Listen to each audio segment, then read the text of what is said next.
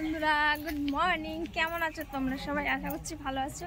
বহু যুগ পর আমি একটা তোমাদের সামনে তোমাদের সঙ্গে একটা ব্লগ শেয়ার করছি। আজ যাচ্ছি হচ্ছে আমরা মা মেয়েতে মন্দিরে আমাদের এইখানে। আর তোমরা তো আমার ব্লগ দেখে জানতেই পেরে গেছো এতদিনে, আশা করি যে আমি বাড়ি থেকে কোথাও যেতে গেলে প্রথমে আমাদের ধরতে হয় টোটোর থেকে তারপরে বাস। এখন যাচ্ছি ওই যে আমাদের হাই রোড, বেশি দূর না আমাদের বাড়ির থেকে হাই রোড, জাস্ট 3-4 মিনিট হেঁটে চলে এলে এখান থেকে টোটো ধরবো, টোটো ধরে তারপরে বাস, তারপরে যাবো মন্দিরে। তোমরা পুরো ব্লগটা দেখতে থাকো, তোমাদের সাথে ব্লগটা শেয়ার করছি। এই যে বাস স্ট্যান্ডে চলে এসেছি, এসে নিয়ে নিয়েছি ঠাকুরের জন্য সন্দেশ, আমাদের দুর্গাপুরের বিখ্যাত মিষ্টির দোকান থেকে জয় বাংলা। এই যে চলে এসেছি বাস স্ট্যান্ডে, এখন ধরবো হচ্ছে বাস, দুর্গাপুর বাস স্ট্যান্ড। এটা চলে এসেছি বাসে,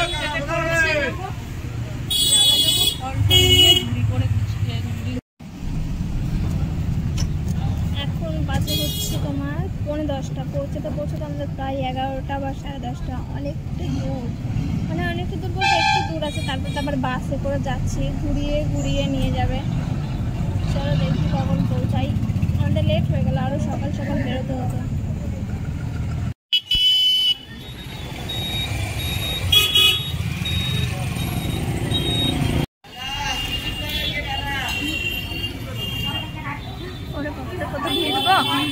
এই যে চলে এসেছি মন্দিরে আমরা।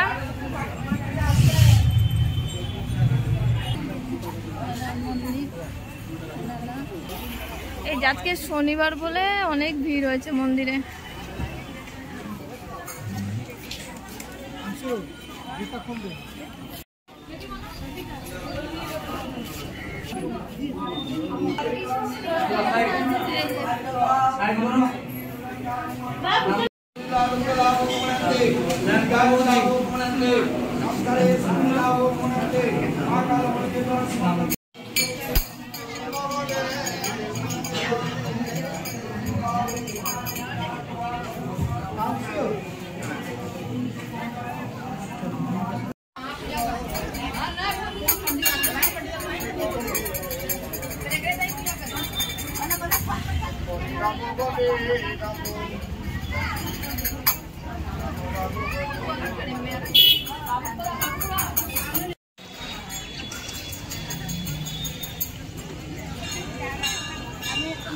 আশেপাশে অনেক কটা মন্দির আছে, এখানে দেখো।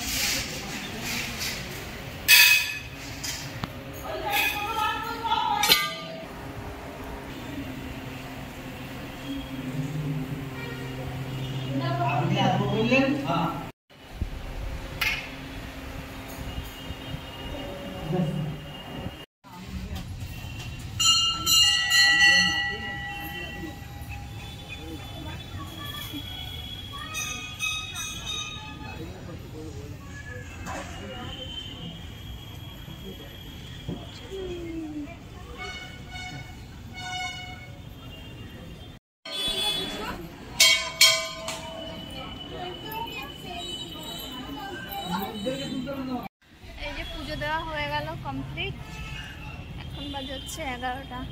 আসতে যেতে যেইটুকু টাইম, কি মন্দির, আসতে যেতে যেইটুকু টাইম এলাম আর পুজো হয়ে গেল।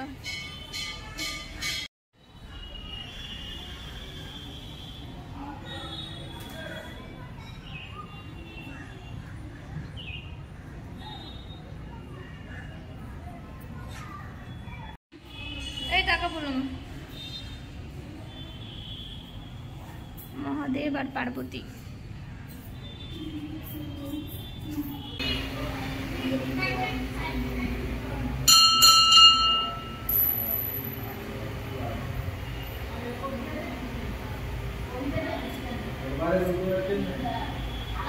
দেখো এদেরকে চাল দিয়েছে, কি সুন্দর চাল খাচ্ছে।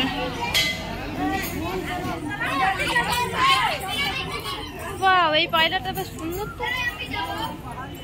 এবার দেখি আশেপাশে ঘুরে, পুজো তো হয়ে গেল, আশপাশটা ঘুরে দেখি।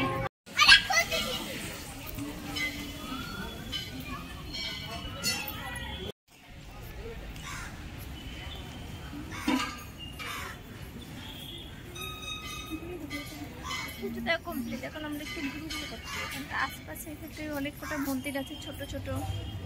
এই একটা পুকুর আছে সুন্দর, মাথার উপর তেঁতুল গাছ। প্রায় 2-3 বছর পর আবার গেলাম পুজো দিতে, কারণ মাঝখানে তো আমাদের ওষুধ ছিল, মারা গেছিল আমার দাদু, তারপরে ঠাকুমা, ওই করে প্রায় 1-1.5 বছর গেল। তাই আমি আর মা হঠাৎ করে চলে গেলাম মায়ের কাছে। কেমন লাগলো তোমাদের? আর কে কে আমার ব্লগটা দুর্গাপুর থেকে দেখছো অবশ্যই আমাকে জানিও।